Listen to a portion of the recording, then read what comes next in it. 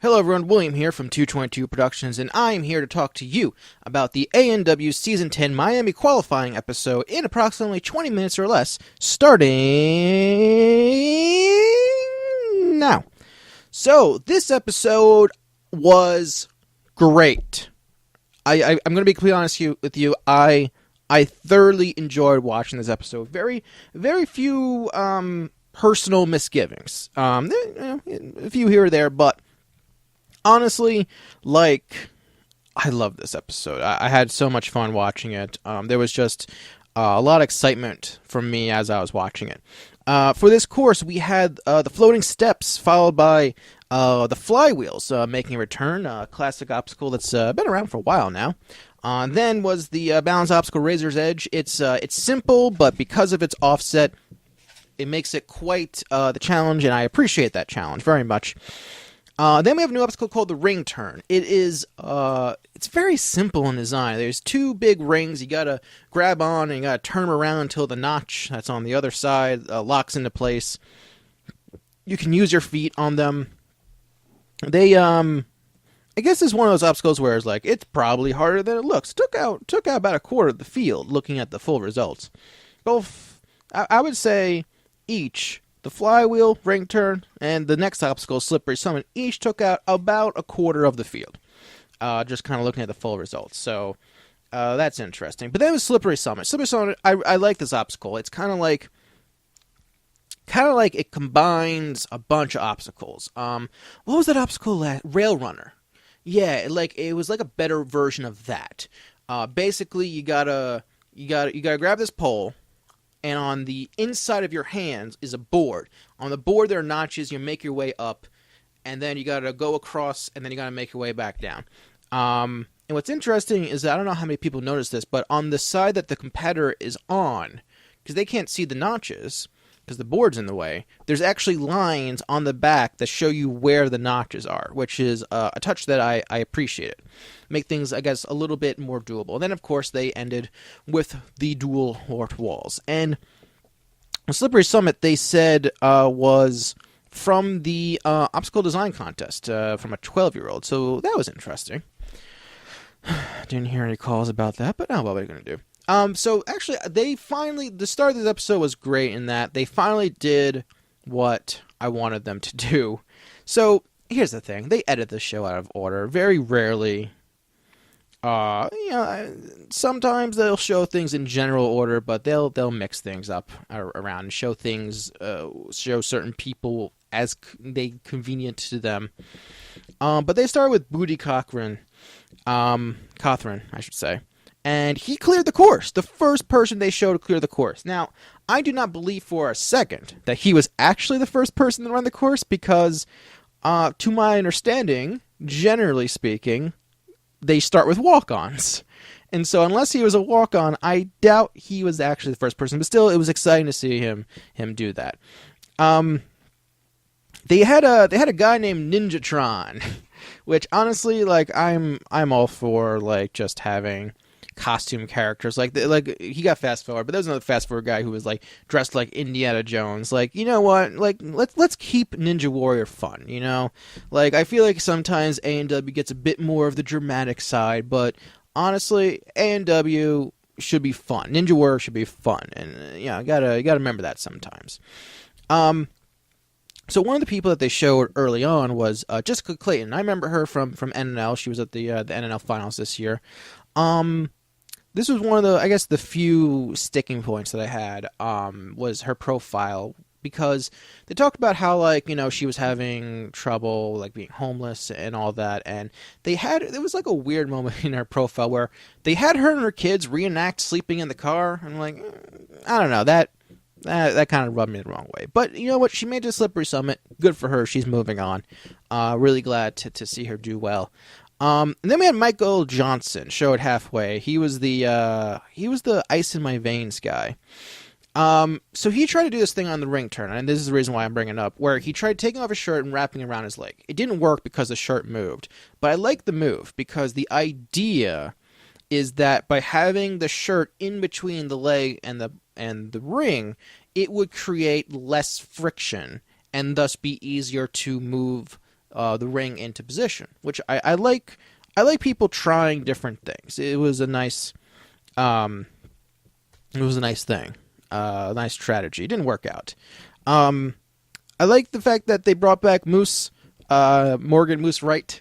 They brought up the fact that he crotched himself on the broken pipes last year. He went switch grip reverse on the summit, the slippery summit, and he ended up clearing. I was really glad to see that. So who else do I want to talk about? Oh yeah, three dogs. Yes, Megan Dillard, who had her dog Zeus. Dogs are great. She had. Oh, that's right. I'm looking at my notes now. She's the one who had the amazing fall on Razor's Edge, where like she fell, like it fell over. She fell on her. Yeah, like I don't know, like those type of wipeouts that like I don't know. They look a little dangerous, but they're kind of harmless. It's like yeah, I'm fine with that. That's all fun, and all. And then they did Gabe Stewart. He bit of serious thing. Like, I mean, honestly, like this guy is, he's a good guy. He was part of the Parkland, the unfortunate Parkland shooting. He was a teacher who helped protect the kids, and like honestly, like just good for him. Doing what he had to do to keep the students safe. He was trained by JJ. They definitely made it seem like he didn't spend a lot of time training, but for someone who apparently didn't spend a lot of time training, he did well. He fell transferring to the second ring of the ring turn. But yeah, I mean, I'll say this: when it comes to like these dramatics profile pieces, I do personally feel like A&W tends to miss more than hit, but this one hit. I'll say that this one hit. So yeah. It was good seeing that. So Ryan Stratus was after him, and they talked about how he and Brett Sims have a bet going on, the Battle of the Beards, and also they brought up how Ryan's been competing all 10 seasons. It's always nice to see when they acknowledge that. Much to my surprise, Ryan got up the mega wall, like. Holy crap! And he got the $10,000 and let out this big cheer, and that was just like a huge, like, just a great thing to see. It's always nice to see like, your friends do well, and it's just I'm really really happy for Ryan. Really really glad for him. I had no idea because I don't look up any of this stuff. One thing I was surprised about: Kevin Carbone going out on the Slippery Summit, and Rico Rivera went on Slippery Summit too. They did a special on Charity LeBlanc, the mermaid ninja, who she ended up going out on the ring turn due to the worst way is just to get a bad bounce on the trampoline and not even be able to attempt the obstacle. That's always sort of the worst. She did better than I thought she was going to, because like I saw her in I don't know, and like. I don't want to crap on her because like I mean she still probably did better than me because she's better than me, but I didn't have like the highest hopes, unfortunately. They brought up Brett. I feel like they shouldn't have with this whole Battle of the Beards things. I don't like that they fast forward Brett Sims as like one small criticism, but he cleared. So the whole Battle of the Beards thing was that Ryan and Brett Sims have a bet where if neither of them, basically whoever does better, the loser has to shave. They both cleared, so they're both still in the running, and it moves on to the next round. They did a profile on Lindsay. Actually, no, they didn't do a profile. They just showed Lindsay Exlison midway. Midway, and she started on the flywheels, but she had a big fall on the Slippery Summit. So I remember that. And then they had JJ Woods, and they kind of regurgitated the one about his friend that they did from last year. And I'm kind of weird about like profile pieces where like it's more about someone that the ninja knows and less about them. That's I kind of find that a bit odd, but he was really hesitant attempting the Razor's Edge, and you can kind of tell as he's approaching it that he's not feeling good about this. And he ended up going out on the Razor's Edge, just really bad footwork on his part, unfortunately. And he's out. That's it. Season's over. He seemed to handle it well than 2 years ago when he went out on the Big Dipper. So that's good at least. A few other people who got fast forward. Neil Craver came back from surgery. I kind of wish they made a bigger deal of it, but he cleared. So that's good to see. Kenny Mimetalo also cleared. Eli Bell went out on the Slippery Summit, as well as Rachel Goldstein, as well as Devin Harrelson. And then they had Drew Dressel take on the course, and I like that they brought up like some of the things he did. You know, men's health, which I actually have that issue somewhere, and I'm not going to look for it because I don't know where it is at the second, so I don't have time. I should have didn't do the prep work on that, but yeah, I have that issue. So I read about the Ninja Warrior stuff in that, and one thing I liked is that they brought up his Instagram videos, like his challenges he does, because there's some cool stuff that he's done on his Instagram. He ended up clearing in 2:24. Is that the fastest? Yes, that is the fastest. And they finished off the episode with Jessie Graff. They mentioned that she almost missed the filming due to some sort of super secret filming project that she's doing. The prevailing theory, and this is just a theory, is that she is doing stunt work for Captain Marvel. Because for those who don't know, Brie Larson is playing Captain Marvel. Jessie and Brie kind of look the same. For those who kind of confused, Captain Marvel in the Marvel Universe kind of works like Green Lantern does, where the title can just go to anyone. So in the comics right now, it's a woman. That's who Brie Larson is portraying. And so that's kind of the prevailing theory, is that she's working on that. Again, it's just a theory. But she ended up clearing the course, and that's great. Big fan of Jessie Graff. Great to see her clear the course and doing well despite work possibly hindering training a little bit. But that is the entire episode, so let's go over the stats. So, 101 competitors took on the Miami Qualifiers. We saw 11 full runs and 2 runs that were started mid-progress, 25 fast-forwards, and of the 11 clears, 10 of them were shown on TV.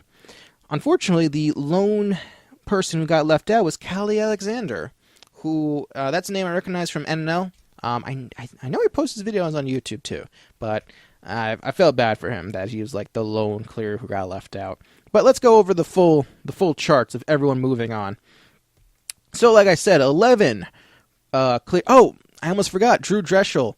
The reason he failed the Mega Wall, like Jessie didn't even attempt it. The reason Drew failed the Mega Wall, it was very clearly raining when he was running. You look at the lights. Look when he's approaching the Mega Wall. And he's at the bottom of the Mega Wall, and they do that reverse angle. You could see in the lighting, it's very clearly raining. So that probably hindered him. So he probably, if it wasn't raining, he probably would have joined Ryan as a $10,000 finisher. But unfortunately, that's just the way it goes sometimes when you film your show outdoors. So now the rankings. We had 11 qualifiers clear the course. That being Drew Dressel, Kemi Nimetalo, Callie Alexander, Brett Sims, Neil Craver, Ryan Stratus, who got the Mega Wall $10,000 prize, Eddie Stewart, Nick Patel, Booty Cothran, Jessie Graff, and Morgan Wright. And the remaining 19 people on the list all failed the Slippery Summit. That being Kevin Carbone, Todd Bourgeois, R.J. Roman, Eli Bell, Drew Henry, Doug Legg, Kason Shisaki, Jason Bergstrom, Greg Manders, Ethan Serpenet, Jordan Brown, Nico Long, Rachel Goldstein, Oscar Ramirez, Lindsay Eskelson, Riku Rivera, Devin Harrison, Scott Reuter, and Michael Johnson. And we only needed 2 more women to fill out the top 5, that being Jessica Clayton, who failed the Slippery Summit, and Emily Durham, who failed the ring turn. And that is everything I have to say about the Miami Qualifiers. So, what did you think about the Miami Qualifiers? Did you like them? Did you find them as exciting as I did? Because I found them quite exciting. Is there anything you didn't like? Were you surprised that Ryan was the only one to get the Mega Wall? Let me know. Let me know in the comments below. And if you like what you saw, make sure you're subscribed. I'll see you next time when I talk about the Indianapolis Qualifiers. But until then, thank you for watching. I'll see you later.